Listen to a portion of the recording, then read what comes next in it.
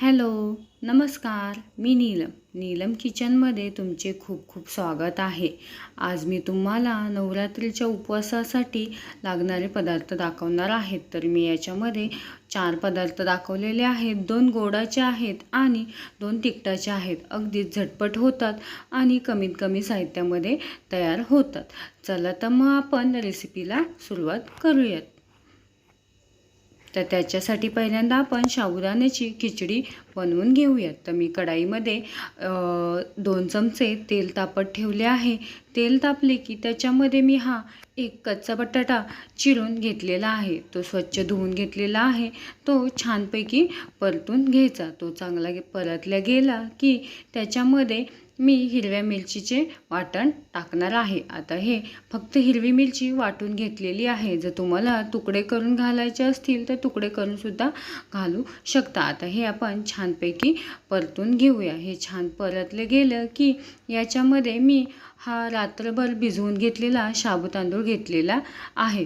मग साबुतांदूळ आता याच्यामध्ये टाकूया आणि छानपैकी परतून घेऊयात. साबुतांदूळ परतून घेतला की त्याच्यामध्ये चवीपुरते मीठ टाकून घेऊयात. मीठ टाकल्यावरती पुन्हा एकदा आपण ही खिचडी परतून घेऊयात. आता आपण याच्यामध्ये भाजून घेतलेल्या शेंगदाण्यांचा कूट घालूयात. शेंगदाण्याचा कूट घातला की आपण ही खिचडी एकजीव करून घेऊयात. आपल्याला आता साबुतांदळामध्ये किती कूट आवडतो तसा कूट घालून खिचडी परतून घ्यायची. जर आपल्याला वाटलंच की खिचडीला जर मीठ कमी पडलं तर पुन्हा आपण टेस्ट करून वरून मीठ टाकू शकता. आता आपली खिचडी तयार झाली आहे. जर तुम्हाला आवडत असेल तर शेंगदाण्याचे तुकडे घालू शकता. हे मी भाजून घेतलेले शेंगदाणे ओबडधोबड कुटून घेतलेले आहेत आणि ते घातले आहेत. जर तुम्हाला आवडत असतील तर तुम्ही घालू शकता. अशा प्रकारे आपली साबुदाण्याची खिचडी तयार झाली आहे. आता आपण पुढची रेसिपी पाहूया. आता आपली पुढची रेसिपी आहे साबुदाण्याची खीर. तर त्याच्यासाठी मी एक पातेले गॅसवर गरम करत ठेवले आहे. त्याच्यामध्ये अर्धा ग्लास दूध घातलेले आहे. दूध चांगले गरम झाले, दुधाला उकळी आली की आता आपण त्याच्यामध्ये भिजवून घेतलेला साबुतांदूळ घालूयात. मी रात्रभर भिजवलेला साबुतांदूळ आहे. साबुतांदूळ घातल्यानंतरनं खीर एकसारखी हलवून आपण घेऊयात. मग खिरीला चांगली अशी उकळी आली की त्याच्यामध्ये आपण कट केलेले ड्रायफ्रूट घालून घेऊयात. हे ऑप्शनल आहेत. तुम्हाला जर नसतील आवडत तुम्ही नाही घातले तरी चालतील. आता आपण सर्व हे मिक्स करून घेऊयात.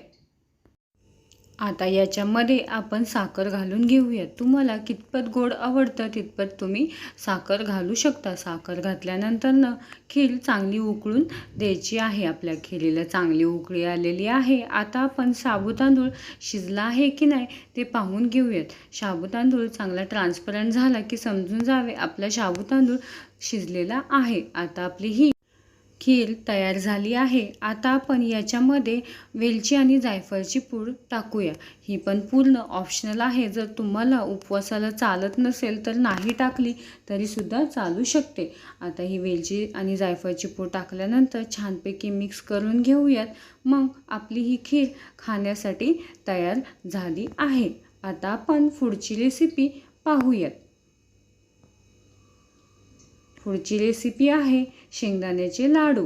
तर त्याच्यासाठी आपण पहिल्यांदा एका कढाईमध्ये शेंगदाणे घेतलेले आहेत. शेंगदाणे चांगले खरपूस असे भाजून घ्यायचे आहेत. शेंगदाणे चांगले खरपूस भाजून घ्यायचे म्हणजे आपले लाडू छान चवीला होतात. अजिबात कच्चे ठेवायचे नाहीत. हे पाहू शकता. आता आपले शेंगदाणे चांगले खरपूस भाजले गेलेले आहेत. आता आपण ते थंड होण्यासाठी एका ताटामध्ये काढून घेऊयात. आता हे शेंगदाणे चांगले थंड झाले आहेत.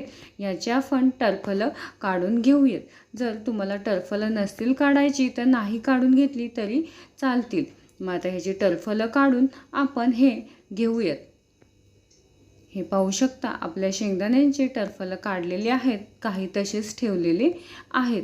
आता हे एक मिक्सरचे भांडे घेऊया. त्याच्यामध्ये हे सर्व शेंगदाणे घेऊयात आणि त्याच्यामध्ये अर्धी वाटी गूळ घालून घेऊयात. मी 1 वाटी शेंगदाणे घेतले होते, त्याच्यासाठी अर्धी वाटी गूळ घेतलेला आहे. हा माझा गूळ सुट्टा आहे, ढेपेचा गूळ नाही आहे. जो आपल्याला दुकानामध्ये सुट्टा गूळ मिळतो तो घ्यायचा. याने आपले लाडू छान मऊसूत होतात. ढेपेचा गूळ अजिबात वापरायचा नाही. आता आपण हे मिश्रण मिक्सरमधनं बारीक करून घेऊया. जास्त हे बारीक करायचं नाही, रवादार ठेवायचं आहे. आता हे मिश्रण एका ताटामध्ये काढून घेऊया. ताटामध्ये काढून घेतल्यानंतर याच्या सर्व गाठी मोडून हे एकसारखे करून घेऊयात. मग हे एकसारखे करून घेतले की आता आपण याचे छान असे गोल गरगरीत लाडू वळून घेऊयात. चवीला फारच छान लागतात आणि आपल्याला प्रोटीनयुक्त हे लाडू आहेत. अगदीच दिवसभरसुद्धा आपल्याला या लाडूवरती आपल्याला भूक लागणार नाही. मग अशाच प्रकारे मी सर्व लाडू वळून घेतलेले आहेत. आता हे पाहू शकता, ह्या 1 वाटी प्रमाणामध्ये मी 6 लाडू बनवलेले आहेत आणि एकदमच मऊसूद असे हे लाडू झालेले आहेत. त्यामुळे तुम्ही कधीही हे लाडू बनवताना अजिबात ढेपेचा गूळ वापरायचा नाही. त्याने कोरडे लाडू होतात आणि अजिबात तूपही वापरायचे नाही. अगदी कमीत कमी 1 महिना तरी हे लाडू टिकतात. फक्त त्याला पाणी अजिबात लागले पाहिजे नाही. आता आपण पुढची रेसिपी पाहूयात. तर पुढची रेसिपी आहे उपवासाचे आप्पे. तर त्याच्यासाठी मी ही अर्धी वाटी भगर घेतलेला आहे. याला कोणी वरईचे तांदूळसुद्धा म्हणतात आणि छोटी 1 वाटी साबुतांदूळ घेतलेले आहेत. आता आपण याचे मिक्सरमधून पीठ करून घेऊयात. तर एका मिक्सरच्या भांड्यामध्ये मी वरईचे तांदूळ आणि हे साबुतांदूळ घेतलेले आहेत. आता आपण याचे बारीक पीठ तयार करून घेऊयात. अगदीच बारीक पीठ पण करून घ्यायचं नाही, थोडंसं रवालदार पण ठेवायचं. आता आपण याच्यामध्ये 1 छोटी वाटी दही घालून घेऊयात. आता दही घातल्यानंतर याच्यामध्ये मी 1 अख्खी मिरची घातलेली आहे. याने आपली चव छान लागते आणि एकदा आपण हे मिक्सरला फिरवून घेऊयात. मग पुन्हा जर आपल्याला याच्यामध्ये पाणी वाटलं कमी आहे तर पाणीसुद्धा घालूयात आणि मिक्सरला फिरवून घेऊयात. जास्तही पातळ करायचं नाही. आता हे मिश्रण एका बाउलमध्ये काढून घेऊयात. आता याच्यामध्ये साल काढून किसून घेतलेला बटाटा घालून घेऊयात. आता बटाटा घातल्यानंतर याच्यामध्ये चवीपुरते मीठ घालून घेऊयात. मग मीठ घातलं की थोडं थोडं पाणी करून आपण हे मिश्रण एकजीव करून घेऊयात. हे आपल्याला जास्त पातळही ठेवायचं नाही आहे. आता हे मिश्रण 10 ते 15 मिनिटासाठी झाकून ठेवूयात. आता आपण आप्प्यांबरोबर खाल्ली जाणारी खोबऱ्याची चटणी करून घेऊयात. तर त्याच्यासाठी मी 1 मिक्सरचे भांडे घेतलेले आहे. त्याच्यामध्ये ओले खोबऱ्याचे तुकडे, थोडेसे भाजलेले शेंग आणि आता याच्यामध्ये चवीनुसार मीठ घालूयात आणि थोडीशी गोडीसाठी 1 चमचा साखर घालून घेऊयात. आता याच्यामध्ये 1 मिरचीचा तुकडा घालूयात आणि 2 चमचे दही घालूयात. आता याच्यामध्ये पाणी घालू आणि मिक्सरला बारीक अशी पेस्ट करून घेऊयात.